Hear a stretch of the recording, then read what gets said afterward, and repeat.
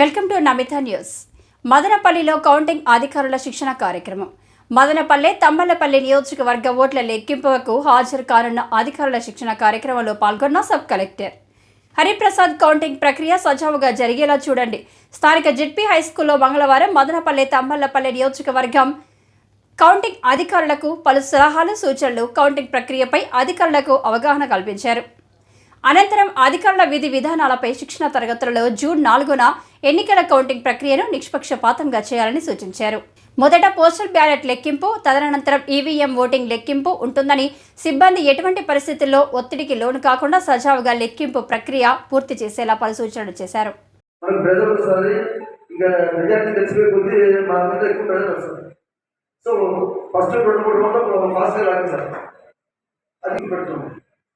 ఉండేది కౌంటింగ్ లోకి లెక్క వెంటనే ఇంకోటి పైసలు సైమల్టేనియస్గా కావాలి.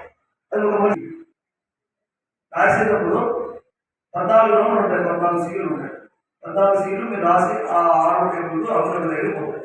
పోయిన తర్వాత అబ్జర్వర్ ఏం చేస్తారు, 2 సెలెక్ట్ చేసుకుంటారు. 14 ఆ సీనియర్తో దాన్ని మళ్ళీ టిక్ చేస్తారు.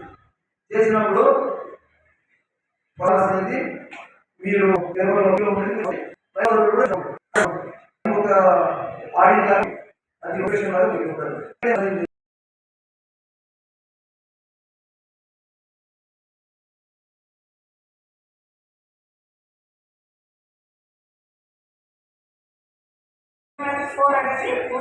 అది చెక్ చేసుకుంటాం.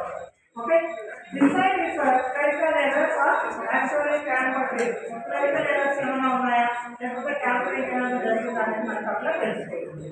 రాజపేట పార్లమెంటరీ నియోజకవర్గానికి మరియు 164 మదనపల్లి నియోజకవర్గానికి, అలాగే జిల్లాలో ఉన్న నియోజకవర్గాలకు కూడా సాయి డిగ్రీ కాలేజ్లో 4వ తేదీన జూన్ 4వ తేదీన కౌంటింగ్ జరుగుతుంది.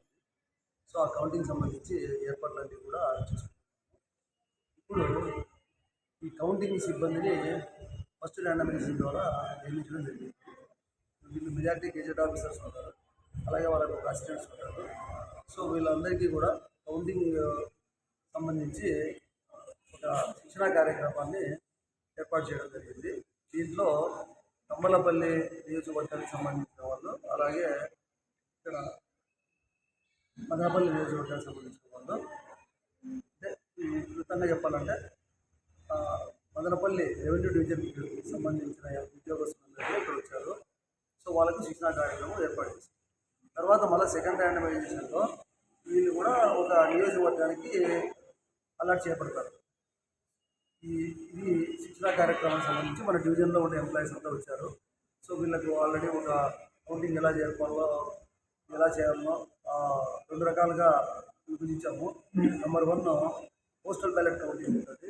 రెండవది ఈవీఎంస్ ద్వారా, అంటే మిషన్స్ ద్వారా కంట్రోల్ యూనిట్ వస్తుంది. ఆ కంట్రోల్ యూనిట్ ద్వారా ఒక కౌంటింగ్ ప్రక్రియ ఉంటుంది.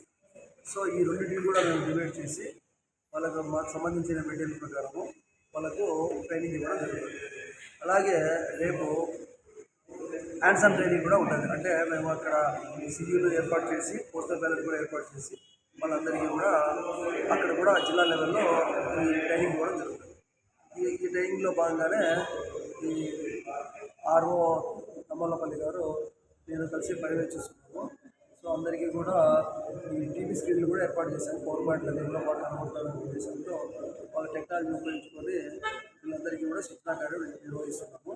తర్వాత 2వ విడతలో ర్యాండమైజేషన్లో అప్పుడు నియోజకవర్గాలు కేటాయిస్తారు.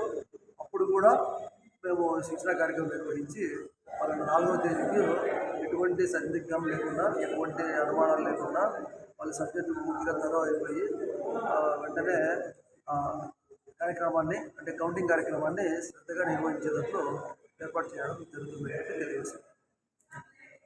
Returning officer, my name is Raghav, special deputy collector HNSS. ఇక్కడ తంబాలపల్లి నియోజకవర్గం 162 అసెంబ్లీ కాన్స్టిట్యూన్సీకి సంబంధించి రిటర్నింగ్ ఆఫీసర్గా ఈరోజు ప్రత్యేకించి 4వ తేదీ జరిగిపోతున్న కౌంటింగ్ సంబంధించిన విషయాల గురించి మనకు కౌంటింగ్ సూపర్వైజర్స్కి, కౌంటింగ్ ఏజెంట్స్కి శిక్షణ కార్యక్రమం ఈ జెడ్పీహెచ్ఎస్ స్కూల్ మదనపల్లిలో ఆర్డీఓ గారి మదనపల్లి వచ్చేసి హెచ్ఎన్ఎస్ఎస్ గారి ఆధ్వర్యంలో 6 రోజుల ఆధ్వర్యంలో శిక్షణ కార్యక్రమాన్ని నిర్వహించడం జరుగుతుంది. వాళ్ళందరూ కూడా చాలా ఖచ్చితంగా ఇందులోకి హాజరైన శిక్షణ కార్యక్రమంలో చురుగ్గా పాల్గొంటున్నారు.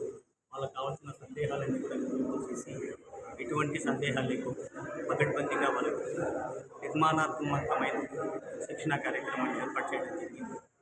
కేవలం ఈవీఎం కౌంటింగ్ మాత్రమే ఎలా ఉండాలి అనే విషయమే కాదు, పోస్టల్ బ్యాలెట్లు కూడా ఎలా కౌంటింగ్ చేయాలి అన్ని విషయాలపైన కూడా వాళ్ళకు క్లుప్తంగా వాళ్ళకు వివరించి దానిపైన ప్రాక్టికల్గా కూడా డిస్ట్రిక్ట్ లెవెల్లో కూడా శిక్షణా కార్యక్రమాన్ని 29వ తేదీ రేపు, అలాగే అసెంబ్లీ కాన్స్టిట్యున్సీ లెవెల్లో కూడా మరి ఇంకో శిక్షణా కార్యక్రమాన్ని ఏర్పాటు చేసి అన్ని విధాలుగా వాళ్ళని సంసిద్ధం చేసి కౌంటింగ్ స్టాఫ్ ఎటువంటి లోటుపాటు జరగకోకుండా ఖచ్చితంగా వ్యవహరించే విధంగా వాళ్ళందరినీ సర్వసన్నద్ధం చేయడానికి అన్ని రకాల చర్యలు తీసుకుంటున్నాం.